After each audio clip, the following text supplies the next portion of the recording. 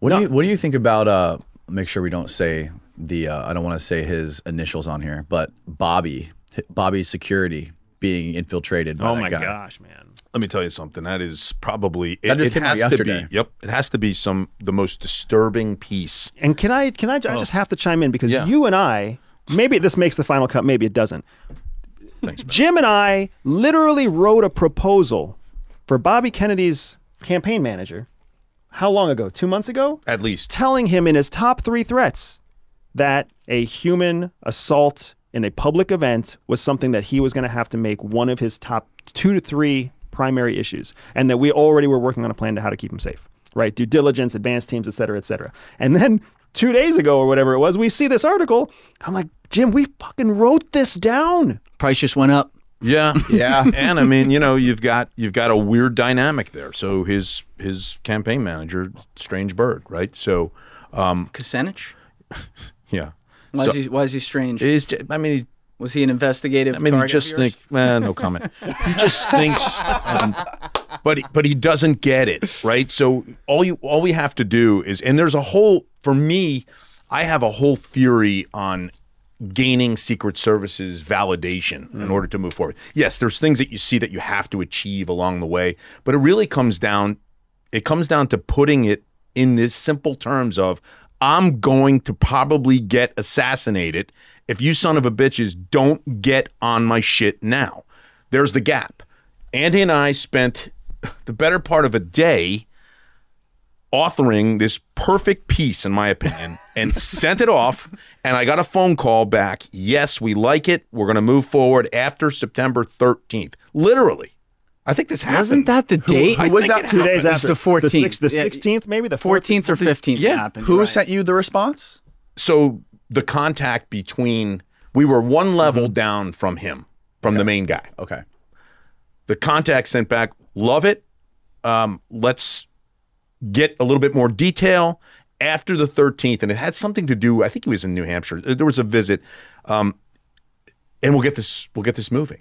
And we really had it. We had proposed a 90-dayer, right? To really just put an advanced team in place. How can you be taken fucking serious as a candidate for the presidency and not have an advanced team? Have the hotel you're speaking at do your fucking advance. CEOs, and that's what happens. CEOs of middle-sized companies, when they travel, they have advanced teams. Yes. Like there's a whole executive security protection group for most companies that have more than $100 million in revenue. So that before the CEO travels for anything, to go take their family to the Bahamas, to go to a speaking event, to go to a conference, an advanced team goes out 48 hours beforehand, just double checks. This is how we get from the hotel to the conference. This is what's in the hotel. This is what's in the conference rooms. These are a couple areas. I mean, and they're done by what? Like 25-year-old. That's right.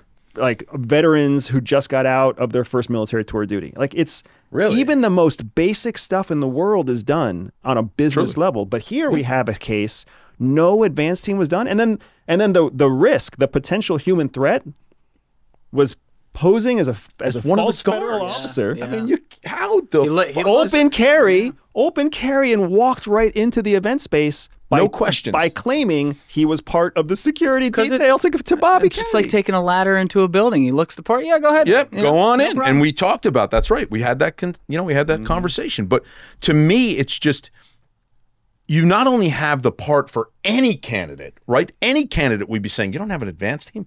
You've got to do the history, the track record of his family. They're fucking picking these people off. I mean, how do you not have that in place? Did you hear the story about when he went on Tim Dillon's podcast last week? No. They were doing I don't know if they brought any security at all, but apparently from what Tim explained, they were halfway through the podcast and then the power of the building shut off. And he's like, and he was going, oh, Cheryl. You can do it better than I can. They're coming. They were sitting there for like 10 minutes by themselves, him and his wife, and they like had no idea what was going on, and they had to restart, and then he was like super flustered after they restarted. Of course. And you know Tim was pissing him off with like the live coverage of it. Like, hey Bob, how you feeling over there? Yeah. You feeling a little less hair? and you know, the other thing is, okay, it's all great for the American public to see. We caught the guy. Yeah.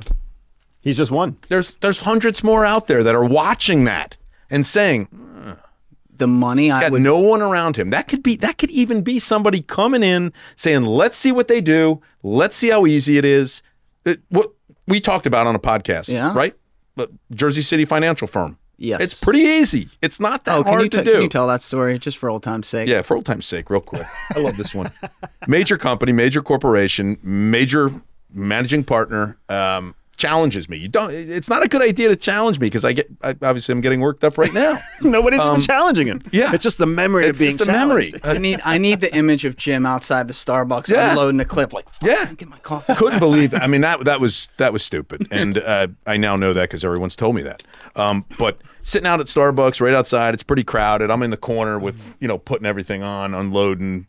Taking it, and people are looking like, what the fuck? Is that guy homeless or is he doing something? So, get it all done. I checked it, like Julia knows, I checked it 50 times. I'm like, all right, this is going to be great. Walk right into the building. First line of defense is a 22-year-old, recent college grad. How have you been? How you been? How you doing? How's everything? You doing well? Hey, I'm just going up. You know where I'm going, right? Yep. Boom, through. First, get to the elevator, up to 13, right up to the floor, come off. There's the desk right there. Did you enjoy the bagels last week? It's this simple. Did you enjoy the bagels last week? I did. Oh, I did. Yeah. I'm just going to go in and see him real quick. No problem. Walk by his executive assistant. How are you? Fine. Walk in. He's sitting at his desk. Pull the gun out. Put it at his head and say, we got a problem. So bottom line is that is this is what they are doing. And this is a guy that is going to have he has more threats right now than he even knows about. Can you imagine sitting in there and cut the power? And he's by himself. He has nobody to say, oh my God, can you please go check? No advance. Yep. They have literally, I know this for a fact, they have hotel concierges doing his advance where he's going. How would you like a nice dinner? And then how would you like me to go ahead and map out where you should walk?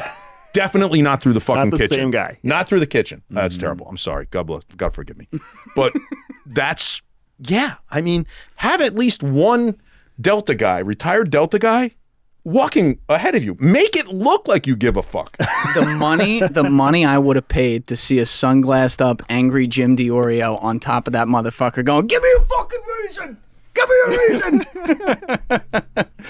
They put the cuffs on him. They were nice. They were standing them there. We thought about reenacting that last night. Oh my God, that would have been awesome. If they didn't give me that peach dessert, I was going to go nuts. Christ, maybe they'll give you the job now. Price is up. Hey, we're the only ones we're not the only ones that could do it, but I think we do a damn good job.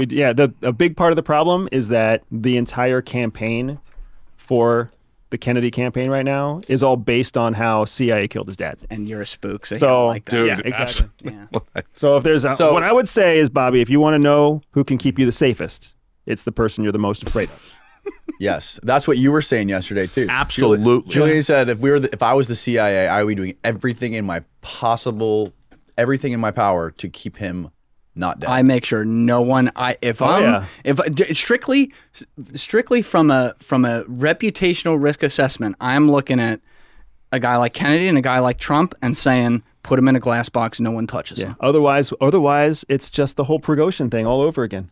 Ooh, good segue. If you like this short clip, make sure you click here to see the next clip or here to see the full podcast episode. Freedom! So fresh, so